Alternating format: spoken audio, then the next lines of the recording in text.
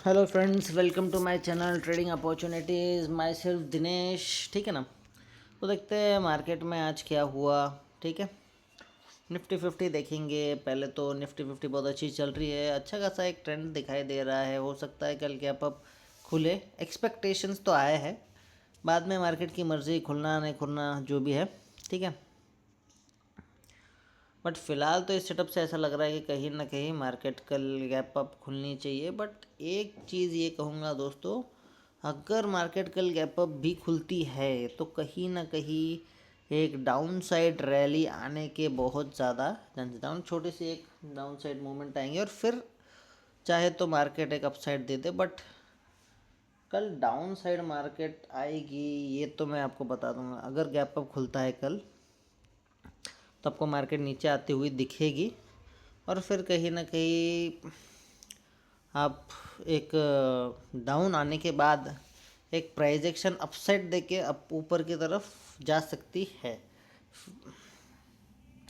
और ऐसा लगता है कल के दिन तो एटलीस्ट मुझे लगता है कि डायरेक्ट ऊपर की तरफ चले जाएगी। हो सकता है कल के दिन पूरा नीचे आने में बिता दे स्लो एंड स्टडीली, और परसों यानी आने वाले ट्रेडिंग डे यानी मंडे को फिर कहीं ना कहीं मार्केट देखिए कि कहीं ना कहीं ऊपर आना है या नीचे जाना है, या जो भी एक सेटअप है वो मंडे के दिन मार्केट क्लियर करे कि किस तरफ की कोई ट्रेड लेनी है।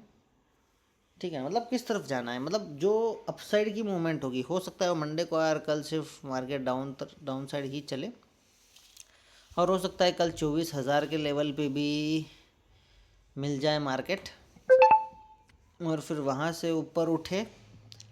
बट वो उठे परसों, मतलब मंडे को।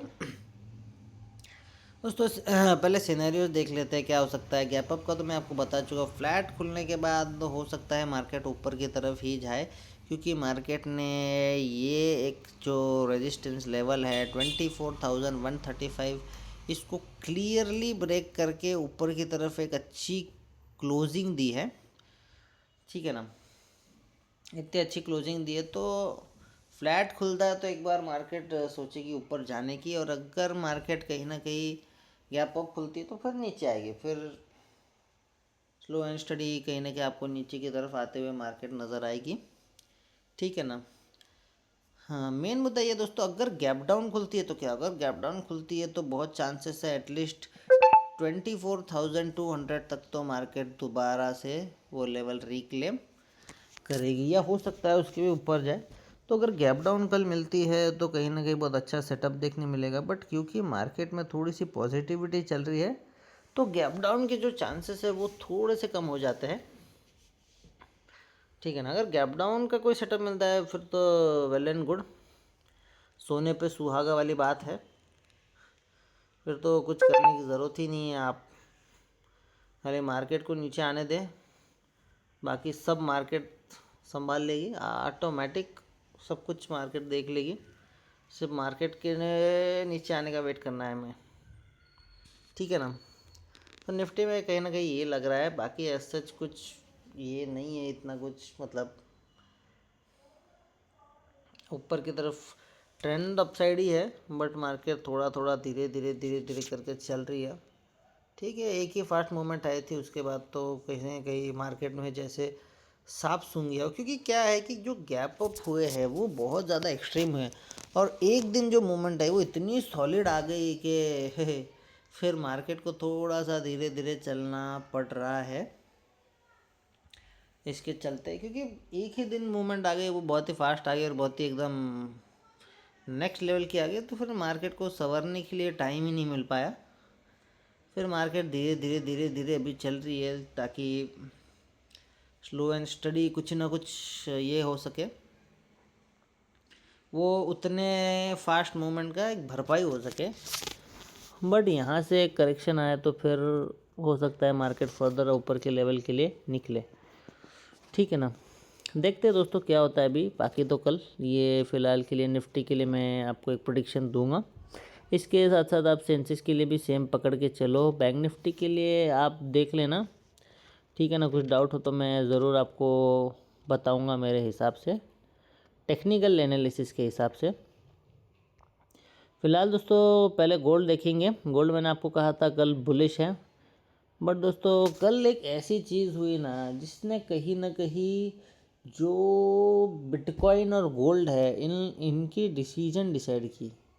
कल दोस्तों वो क्या चीज़ हुई है, कल ये हुआ दोस्तों कि फेड रेट, न्यूज़ बोलते हैं ना, न्यूज़ बहुत ज़्यादा इफेक्ट करती है, न्यूज़ बहुत ज़्यादा डिसीजंस लेती है मार्केट के लिए। मतलब शेयर मार्केट यानी न्यूज़ ही है।